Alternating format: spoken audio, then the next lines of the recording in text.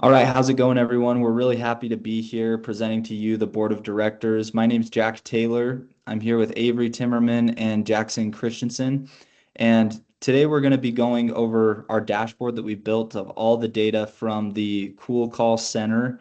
And we've compiled a lot of information and come up with a lot of goals and recommendations that we think the Cool Call Center could start to implement to see higher results. And so kind of the three tiers that we're going to go over is number one, customer satisfaction, which I'm going to talk about and dive into some of the recommendations and data that we saw there. And then I'm going to kick it over to Avery, and she's going to be going over percentage of calls that are answered out of the total and how many of those calls are resolved and some more information on that. And then she'll kick it over to Jackson, and he's going to go over the speed of calls answered and how it's affecting some of their performance and kind of dive into that as well. So just to get into it here, we've got our dashboard for the Cool Call Center, and I'm going to start talking a little bit about the satisfaction rating of 3.5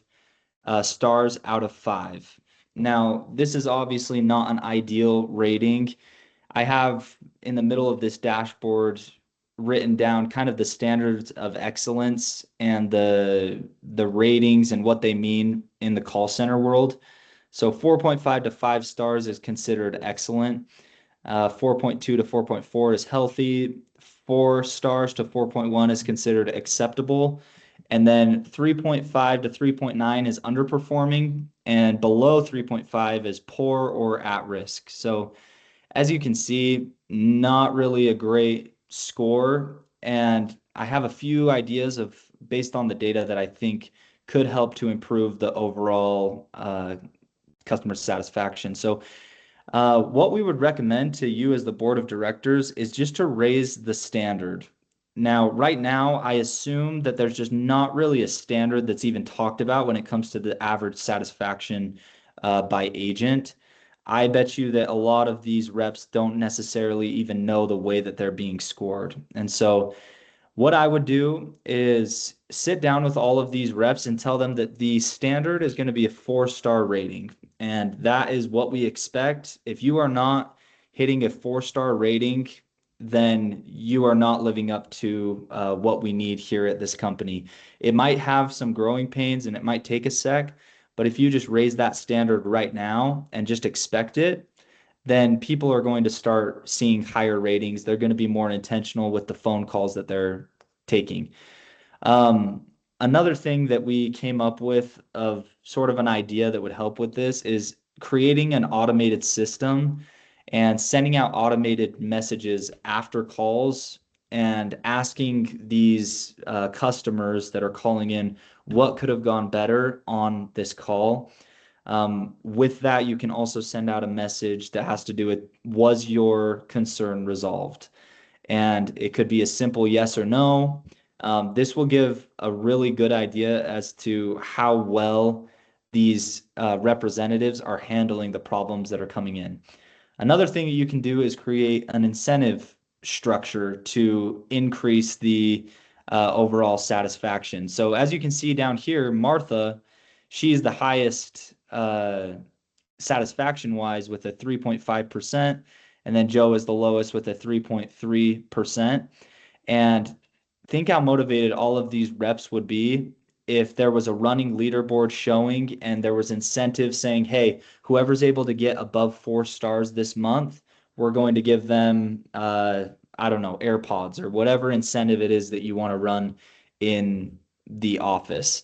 I also think that a good idea would be create some sort of algorithm where you are able to track the reps' overall performance when it comes to speed of answer, um, how many calls they're actually resolving across the board, and try to get a leaderboard of who is doing the best and have that incentive structure help motivate them to increase their overall satisfaction. A couple other things I wanted to just mention really quick is if I filter this over to, say, just like the washing machine and that department, Stuart and Martha, they have a satisfaction rating of a 3.55%, kind of like the highest ratings in that category. If we change it and we filter over to, say, the air conditioner, you'll notice that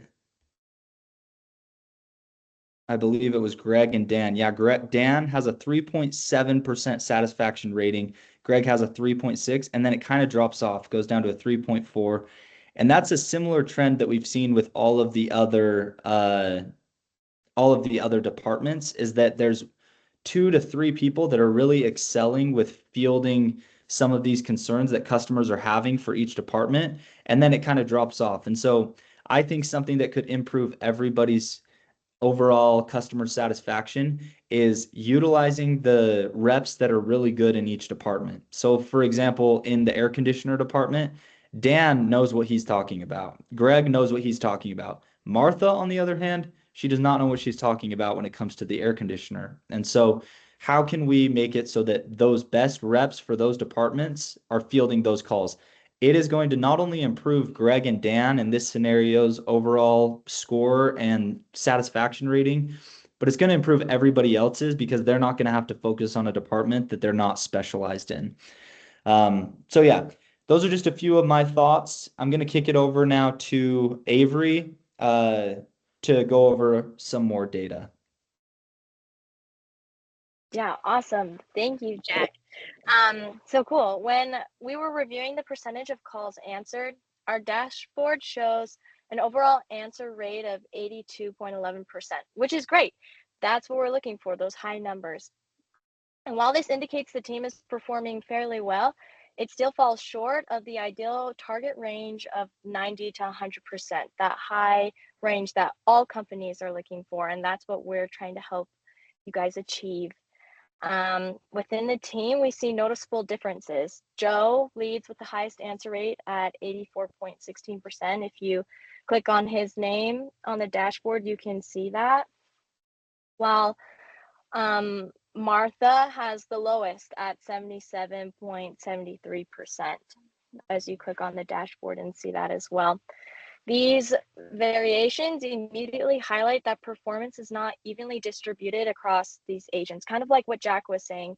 Some clients may be better at talking about a fridge, while others may be better about talking about a washing machine. We want to help all these agents feel comfortable talking about each and every single one of these appliances, especially with the percentage of the calls that they answer. They want to be reliable for the clients that you have.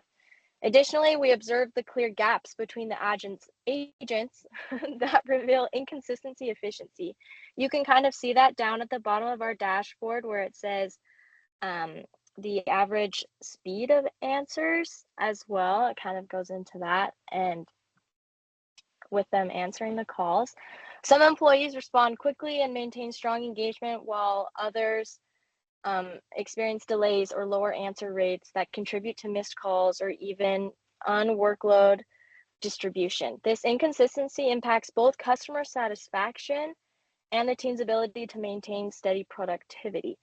But on the positive side, call resolution remains a strength for certain team members. For example, Dan has the lowest unresolved call rate at 5.7%, followed closely by Jen at 6.3%, demonstrating strong problem solving and efficient call handling, which is great.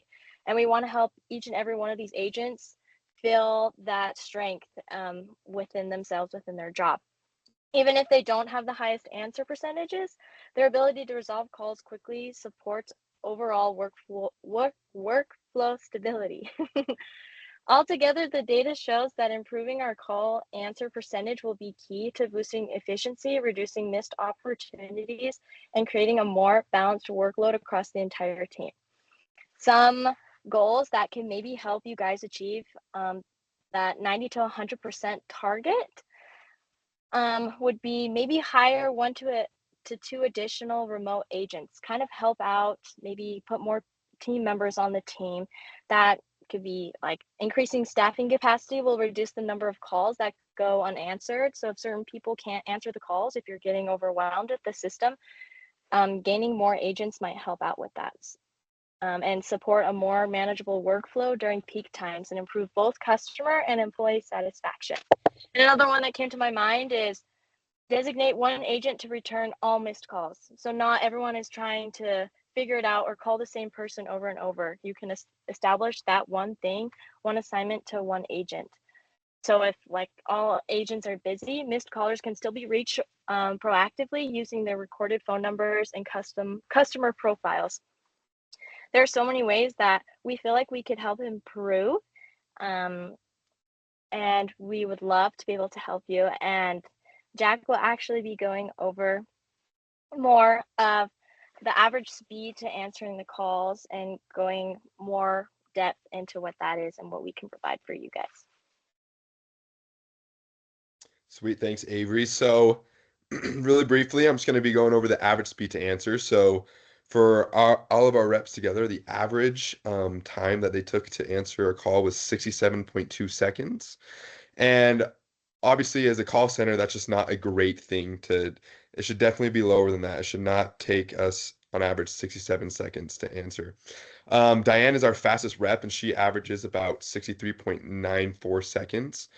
And then we have Martha, on the other hand, who's our slowest, and she answers at average of 71.46 seconds. So obviously these longer wait times create frustrated customers, and then that impacts the customer satisfaction score that Jack was talking about a little bit ago. So yeah, it also just slow answer times directly reduce call volume capacity, and then it just backs up the lines, backs up the reps, and just creates continued frustrations for our customers. So, um, definitely a recommendation that we could set for the whole company is to set a target speed to 50 seconds. 50 seconds. And I also think another recommendation that we recommend is listening to our reps, listening of why they are taking 6, 7 seconds on average. And as Avery said, maybe even increasing our staff to help um, in these periods where there's a ton going on, and we can use historical data to predict rush periods so that we can know when we need to have a more complete staff and when, we don't have to have all hands on deck necessarily. So those are some recommendations we have to, you know, further the company, create satisfaction, and all of these recommendations that both Jack, myself, and Avery went over will in turn just create more profitability for the company, and everything that these two said also will just in turn create the best outcome for our customers. So thank you for listening, everyone. Jack, Avery, you have anything else to say?